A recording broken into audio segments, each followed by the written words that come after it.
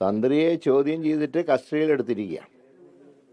പക്ഷേ ഇപ്പോൾ ഓരോ വിഷയത്തിലും പ്രതികരിക്കേണ്ട കാര്യമില്ല. പക്ഷേ ഇവിടെ ഒരു കാര്യമുള്ളത്, എല്ലാം ഇപ്പോൾ ജയിലിൽ കിടക്കുന്ന 3-4-5 പേരും തന്ത്രിയും ചേർന്നാൽ എല്ലാമായി എന്നാണ് ഗവൺമെൻറ് കരുതുന്നതെങ്കിൽ അത് ഞങ്ങൾ അംഗീകരിക്കില്ല. തന്ത്രിയിൽ ഒതുക്കണ്ട, തന്ത്രിയെ മറയാക്കി മന്ത്രിയെ രക്ഷിക്കാൻ നോക്കണ്ട.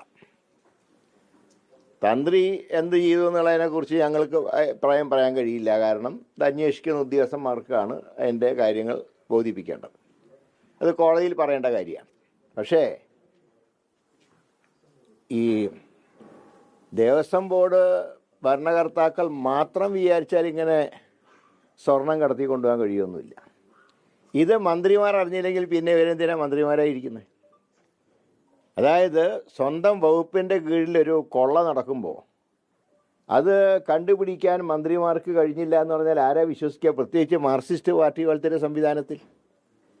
ഇത് അറസ്റ്റ് ചെയ്തവരെല്ലാം ഒരു പാർട്ടിക്കാരല്ലേ? ആ പാർട്ടിക്കാർ സ്വർണം കടത്തിയത് ബന്ധപ്പെട്ട രാഷ്ട്രീയ പാർട്ടിയും, അതായത് CPM-ഉം അതിൻ്റെ തലപ്പത്തുള്ളവരും മന്ത്രിയും അറിഞ്ഞില്ല എന്ന് പറഞ്ഞാൽ എല്ലാം തന്ത്രിയിൽ അവസാനിപ്പിക്കാം എന്ന് സർക്കാർ കരുതണ്ട. ഞങ്ങൾ ഏതായാലും സസൂക്ഷ്മം വീക്ഷിക്കുകയാണ്. മന്ത്രിമാരെ രക്ഷിക്കാനുള്ള ഏതെങ്കിലും ശ്രമം നടന്നാൽ അതിനെ ഞങ്ങൾ അംഗീകരിക്കില്ല എന്ന് മാത്രമല്ല, ഇപ്പോൾ 20-ാം തീയതി നിയമസഭ കൂടുന്ന ദിവസം നിയമസഭ മാർച്ചുണ്ട് കോൺഗ്രസിൻ്റെ നേതൃത്വത്തിൽ. കാര്യങ്ങൾ വീക്ഷിച്ച് വേണ്ടി വന്നാൽ അതിശക്തമായിട്ടുള്ള സമരം കോൺഗ്രസിൻ്റെയും UDF-ൻ്റെയും ഭാഗത്തുണ്ടാവും. അല്ല, അത് തന്ത്രിയിൽ ഒതുക്കാൻ നോക്കരുത്. ഞാൻ ചോദിക്കുന്നത്, കടകംപള്ളിനെ ചോദ്യം ചെയ്തിട്ട് എന്തായി? അതറിയാൻ ജനങ്ങൾക്ക് താല്പര്യമില്ലേ?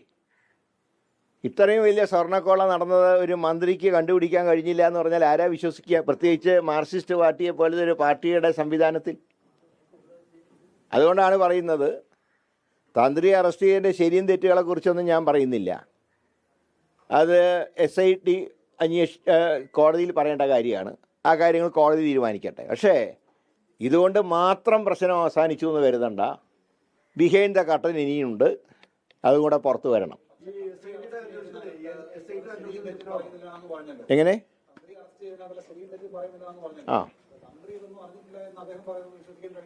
അല്ല, അതൊക്കെ ഇൻവെസ്റ്റിഗേഷനിൽ തെളിയട്ടെ, കോടതിയിൽ തെളിയട്ടെ.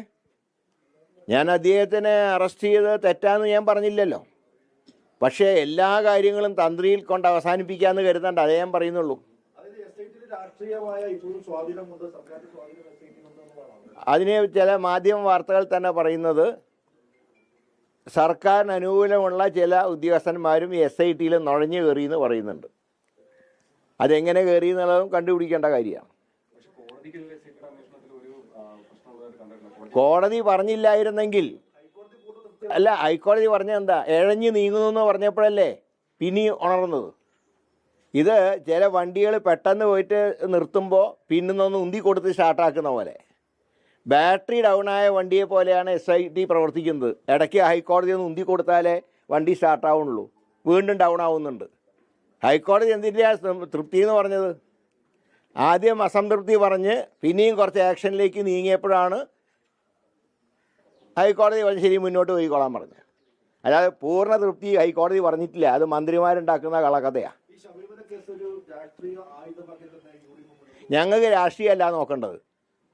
ഏതൊരു ക്ഷേത്രത്തിൻ്റെ ആണെങ്കിലും പള്ളിയുടെ ആണെങ്കിലും ഭക്തജനങ്ങൾ നൽകുന്ന കാണിക്ക, ക്ഷേത്രത്തിൻ്റെ പള്ളിയുടെയും വരുമാനം, ഇതൊക്കെ ആര് കൊള്ളയടിച്ചാലും ഞങ്ങൾ അതിനെ അംഗീകരിക്കില്ല. അതിനെ രാഷ്ട്രീയമായിട്ടല്ല ഞങ്ങൾ കാണുന്നത്. ജനങ്ങളുടെ വിശ്വാസങ്ങളെ ഹനിക്കുന്ന പ്രവർത്തനങ്ങൾ നടത്തിയാൽ അത് തടയപ്പെടണം. ഈ തന്ത്രിയുടെ അറസ്റ്റ് ഞെട്ടിക്കുന്ന ഒരു സംഭവമാണ്. അപ്പോൾ ഈ തന്ത്രിമാരെ നിയോഗിക്കുന്നതിൽ പാരമ്പര്യമായി ലഭിക്കുന്ന ഒരു പദവി, അപ്പോൾ അതിന്റെ കാര്യത്തിലൊക്കെ ഒരു പുനർചിന്തനം വേണ്ടി വരില്ലേ ഈ മാറിയ കാലം? ഞാൻ പറയും, 1-2 പേർക്കെതിരെ ആരോപണം വന്നതെന്ന് ചോദിച്ചാൽ അവർ മുഴുവൻ മോശക്കാരാണോ? മുമ്പ് ഒരു തന്ത്രിക്കെതിരെ ഒരു പരാതി വന്നല്ലോ, എന്താണെന്ന് എല്ലാവർക്കും അറിയാലോ. അതേ വ്യക്തിയെ കൊണ്ടല്ലേ അയ്യപ്പ സംഗമത്തിന് വിളക്ക് തെളിയിപ്പിച്ചത് മുഖ്യമന്ത്രി. അതും കൂടെ നോക്കണ്ടേ? മുഖ്യമന്ത്രിക്ക് കാര്യങ്ങളൊക്കെ അറിയാലോ. ഒരു തന്ത്രിക്കെതിരെ ആക്ഷേപം വന്നപ്പോൾ അദ്ദേഹത്തിനെ താന്ത്രിക പ്രവൃത്തിയിൽ നിന്ന് മാറ്റി നിർത്തപ്പെട്ട ഒരു വ്യക്തി, അദ്ദേഹത്തിനെ കൊണ്ടല്ലേ അയ്യപ്പ സംഗമത്തിന് വിളക്ക് കത്തിച്ച്. അപ്പം എന്താ തന്ത്രി നല്ല ആളായോ? പിന്നെ ഇപ്പോൾ അറസ്റ്റ് ചെയ്ത തന്ത്രിയെ മുഖ്യമന്ത്രിയുടെ അപ്രീതിക്ക് പാത്രമായ ആളാണ്. സ്ത്രീ പ്രവേശനത്തിൻ്റെ കാര്യത്തിൽ അവിടെ ശുദ്ധീകരണം നടത്തിയാൽ അദ്ദേഹത്തിനെ കുറിച്ച് മുഖ്യമന്ത്രി പറഞ്ഞ കാര്യങ്ങളൊക്കെ എല്ലാവർക്കും ഓർമ്മയുണ്ട്. ഏതായാലും ഒറ്റ കാര്യം ഞങ്ങൾ പറയുന്നുള്ളൂ. എങ്ങനെ? ഞാൻ പറയാം, ആചാരാനുഷ്ഠാനങ്ങൾ സർക്കാർ ലംഘിച്ചാൽ അവിടെ തന്ത്രിക്ക് ഇടപെടണം. ഈ സ്വർണ്ണക്കൊള്ള വിഷയത്തിൽ തന്ത്രിയുടെ ശരിയോ തെറ്റോ എന്നുള്ളതിനെക്കുറിച്ച് ഞാൻ പറയുന്നില്ല. പക്ഷേ ആചാരാനുഷ്ഠാനങ്ങൾ ലംഘിക്കപ്പെട്ടപ്പോൾ അന്ന് തന്ത്രി എടുത്ത തീരുമാനം ശരിയായിരുന്നു. അത് തെറ്റിയിട്ടുണ്ടെങ്കിൽ അതിൻ്റേതായിട്ടുള്ള നിയമ നടപടികൾ സ്വീകരിക്കട്ടെ. അതിൻ്റെ ഒരു ശിക്ഷ എന്ന് പറഞ്ഞാൽ സാധാരണ രീതിയിലൊരു താന്ത്രിക വിദ്യകളിൽ വീഴ്ച വരുത്തിയാൽ മാറ്റി നിർത്തും ആ പ്രവൃത്തിയിൽ നിന്ന്. അങ്ങനെ മാറ്റി നിർത്തിയ ഒരു തന്ത്രിയാണ്, മുൻ തന്ത്രിയാണ് അയ്യപ്പ സംഗമത്തിന് വിളക്ക് കത്തിച്ചത്. തീർച്ചയായിട്ടും യഥാർത്ഥ കള്ളന്മാർ പുറത്തു വരുന്നവരെ ഞങ്ങൾ ഉന്നയിച്ചുകൊണ്ടേയിരിക്കും, സമരം ചെയ്തുകൊണ്ടേയിരിക്കും. UDF സർക്കാർ അധികാരത്തിൽ വന്നാൽ ഇതിനെക്കുറിച്ചൊക്കെ സമഗ്ര അന്വേഷണം നടത്തി അന്നകത്താക്കേണ്ടവർ അന്നകത്താക്കും. ഇന്നകത്തായില്ലെങ്കിൽ